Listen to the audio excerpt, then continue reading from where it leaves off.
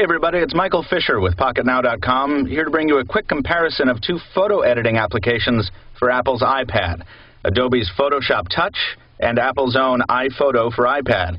I'll do a quick overview of each one and let you know which one I would buy if I had to choose just one. It's Pocket Now.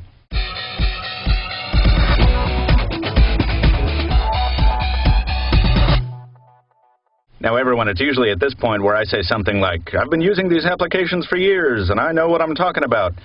But really, this is weird considering I'm a tech editor. I have not used any advanced photo editing applications. I've really used basic stuff like Earth and View, and I even build stuff in Preview on iOS.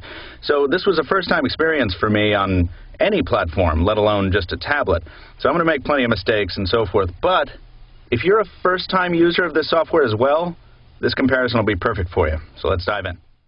So let's go ahead and start with iPhoto. We're going to be just doing some edits on a pretty scenic photo I took with the iPad's own camera in New York State in the United States.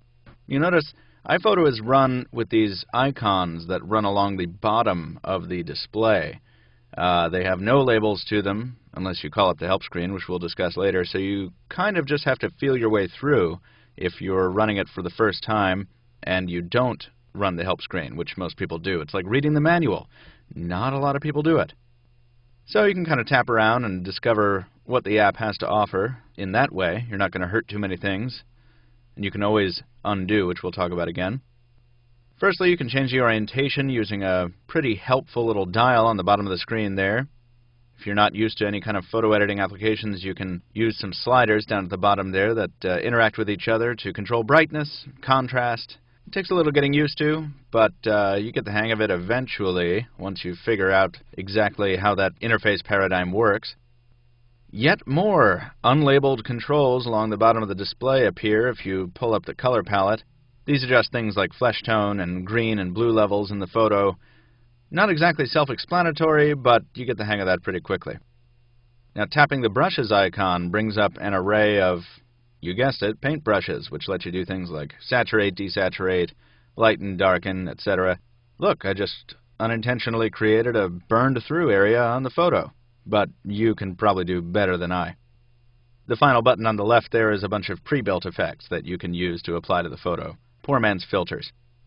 Getting a little bit more comfortable, we cozy up to the rest of the application here, or at least try to, but we're not doing too well with the control interface. So there's a handy little question mark up in the upper left-hand corner of the screen. You go ahead and tap that, and you get a fairly standard how-to menu, which includes some nice things like screenshots and labels and things of that sort. If you're looking for inline help while you're using the app, you can tap another button up top, and that gives you labels for all the buttons, which would be great if they were there to begin with, but what are you going to do? In the end, we have a fairly oversaturated, contrasty, blown-out photo that looks nothing like real life, but which I could definitely improve on if I spent more time with it. Let's see how Photoshop is different. First thing you'll notice is that Photoshop launches in landscape as opposed to portrait mode. Your mileage may vary, but personally I prefer this. It's a lot easier to work on photos in landscape mode as I tend to take more landscape photos. If you take a lot of vertically oriented photos, that might be different for you, or if you just prefer working in portrait, that might be different.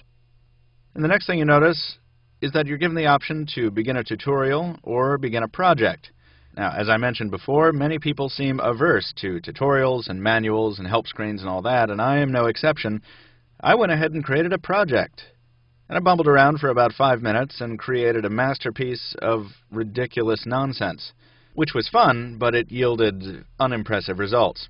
So I went back a step and swallowed my pride and began the tutorial. And what I found was unexpectedly delightful. Adobe has really put a lot of effort into making a tutorial that is easy to use. For each individual effect that it wants to teach you, steps will appear in sequence on the bottom bar. You can advance or go back using buttons on the right. It's a very self-explanatory system. Occasionally, tips will appear via a pop-up dialog that manages not to be intrusive because they're usually relevant and useful tips, and they usually address a question that you were just about to ask aloud to yourself. Also, handy callouts pop up in smaller windows to show you where to tap and what to do. Now, tutorials exist for applying a lot of different effects to photos, and they're all pretty uniformly helpful and fairly easy. I was surprised at how quickly I could apply effects to certain photos. Now, more advanced uses, like carving out this woman from this photo and putting her onto a separate background, proved to be a little bit more daunting, partially because of the difficulty in using the iPad instead of a mouse and pointer or a Wacom tablet or some such, and also because of my beginner's ineptitude. Fortunately, there's always an undo button available, just like in iPhoto. When I got tired of being inept at carving out the woman from the background, I decided to change the color of this sky with another tutorial, which is something I would have done before in preview by changing the color balance of the entire photo, but with layers and with fading, you can change just the color of the sky. This is just one of many things you can do, until eventually you end up with a masterpiece like this. You too can be a real artist someday if you try hard. I'm just joking, of course it's junk. But, just like my overexposed photo before wasn't iPhoto's fault, this isn't Adobe's fault. It's just me being a beginner, playing around, and I'll get better, I promise. More importantly, I want to get better because using this application is a lot of fun.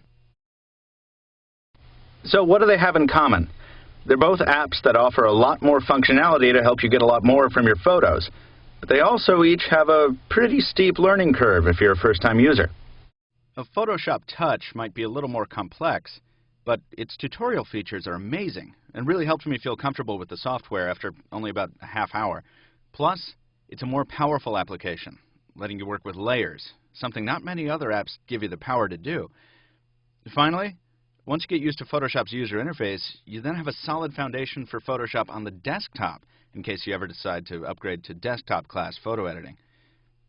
Between the two, the price difference is notable. Photoshop is $9.99. It's double the cost of iPhoto at $4.99. But look, either way, you're spending at least $5 on an app. So if it were me, I'd spring for the extra $5. Get a much more fully featured app for my money in Photoshop.